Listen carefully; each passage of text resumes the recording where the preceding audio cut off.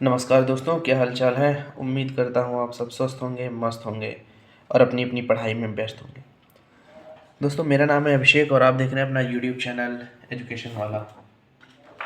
आज की इस वीडियो में हम बात करेंगे स्टेबिलिटी ऑफ एल्केन के बारे में। ये जो B pharma second semester organic chemistry unit number 2 का टॉपिक है।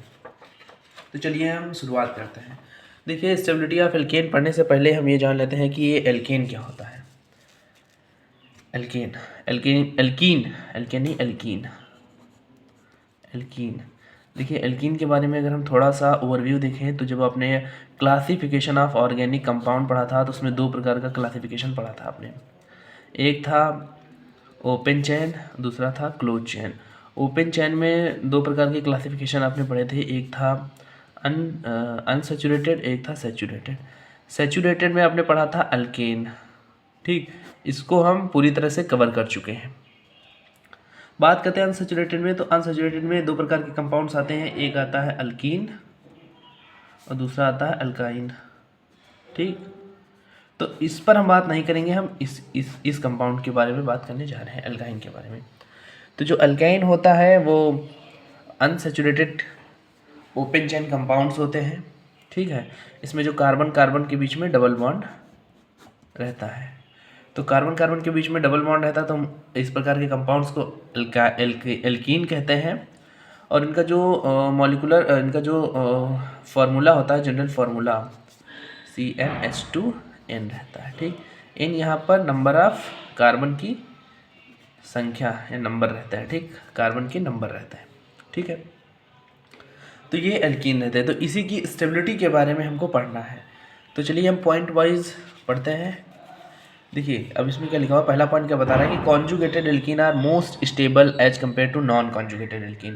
कहने का मतलब है कि जो एल्कीन होती है उसमें जो कॉन्जुगेटेड एल्कीन रहती है वो ज़्यादा स्टेबल रहती है as compare to non conjugated alkene.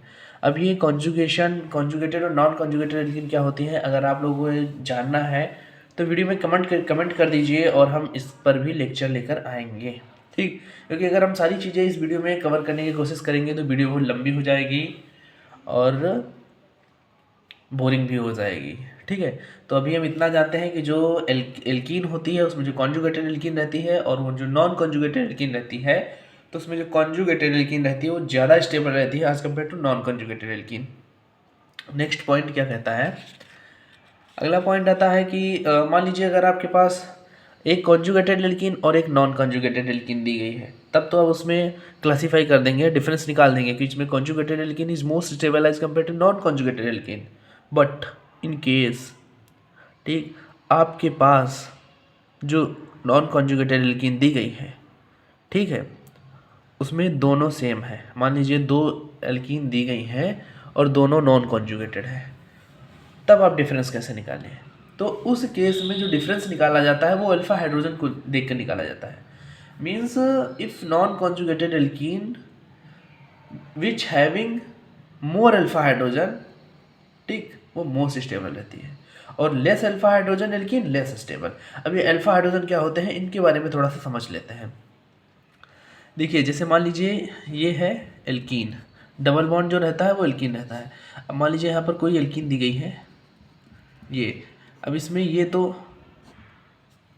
Double bond हो गया।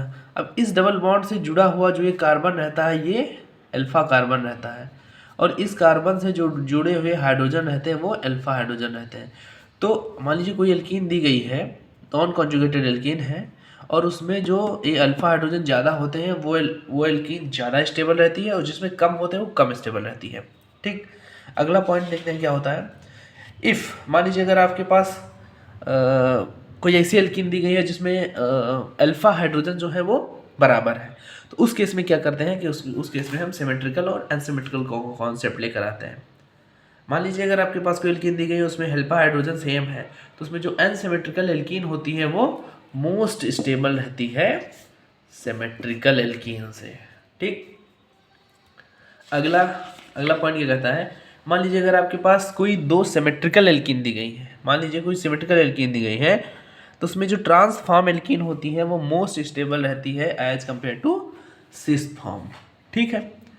चलिए अब हम थोड़ा सा समझ लेते हैं ये कुछ एग्जांपल्स के थ्रू। जैसे मान लीजिए आपके पास कोई एल्कीन दी गई है, ये वाला एक एल्कीन दिया गया और एक एल्कीन दी गई है ये, ठीक। अब देखिए इसमें, रुको मैं कलर बदल लेता हूँ। यहाँ अल्फा हाइड्रोजन, यहाँ पर एक और यहाँ पर 3 H। अभी आपको समझ में आ जाएगा, ठीक। देखिए ये आपका 1 2 3 4,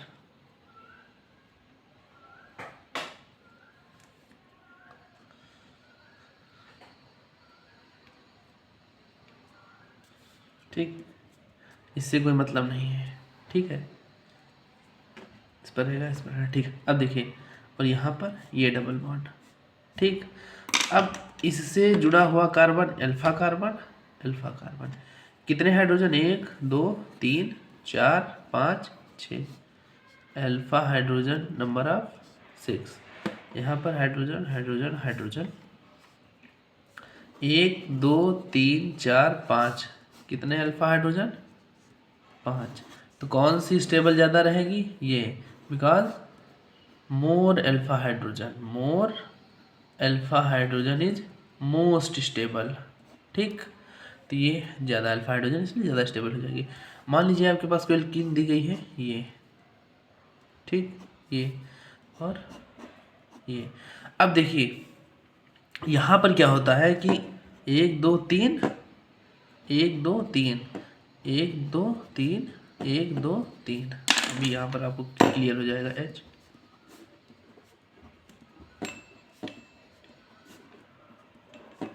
ठीक, 1 2 3 4 5 6, अल्फा हाइड्रोजन 6, 1 2 3 4 5 6, अल्फा हाइड्रोजन 6। अब दोनों में 6 अल्फा हाइड्रोजन है, अब कैसे डिफरेंशिएट करेंगे, दो जब अल्फा हाइड्रोजन सेम रहते हैं तो यहाँ पर एक पॉइंट लिखा गया है, ठीक, trans form is most stable than cis form. तो ये जो है ट्रांस फॉर्म ये ज़्यादा स्टेबल रहेगा as compare to cis form, तो ये जो एल्केन हो जाएगी ये ज़्यादा स्टेबल हो जाएगी। सो यहाँ पर ये जो स्टेबिलिटी ऑफ एल्केन होता है वो कंप्लीट होता है। उम्मीद करता हूँ आपको समझ में आया होगा, नहीं समझ में आया वीडियो को रिवर्स करके देखिए, समझ में आ जाएगा। बेसिक्स पॉइंट मैंने यहाँ पर लिखा है जिससे आपको तुरंत याद हो जाए, एक बार पढ़ने पर याद हो जाए। एग्जाम में आता है तो आप ऐसा ही पॉइंट वाइज लिख दीजिए, एग्जाम्पल लिख दीजिए, आपको फुल मार्क्स मिलेगा। अगर आपने इसके पहले के लेक्चर नहीं देखे हैं, वीडियो का लिंक डिस्क्रिप्शन में मिल जाएगा, प्लेलिस्ट बनी हुई वहाँ पर आप जाके देख लीजिए। कोई भी क्वेरी रहती है, कुछ भी समझ में नहीं आता है तो प्लीज़ आप कमेंट करिए, चैनल को सब्सक्राइब कर लीजिए और बेल आइकन को दबा दीजिए जिससे फार्मा अपडेट्स आपको मिलती रहे। हम अपने चैनल पर फार्मा जॉब रिकॉर्डिंग और स्टडी मटेरियल आपको यहाँ पर हर चीज़ मिलता है। हमने धीरे धीरे चीज़ों को शुरुआत कर दिया है, आप देखते जाइए, हर चीज़ आपको प्रोवाइड किया जाएगा। वीडियो के डिस्क्रिप्शन में वीडियो लिंक मिल जाएंगे, आप वहाँ पर देख लीजिए। व्हाट्सएप ग्रुप चैनल मिल जाएगा, उसका लिंक मिल जाएगा, आप उसको ज्वाइन कर लीजिए और अपनी स्टडी को बूस्ट करिए, अपने सपनों की उड़ान को भरिए और आगे बढ़ते जाइए। So thank you.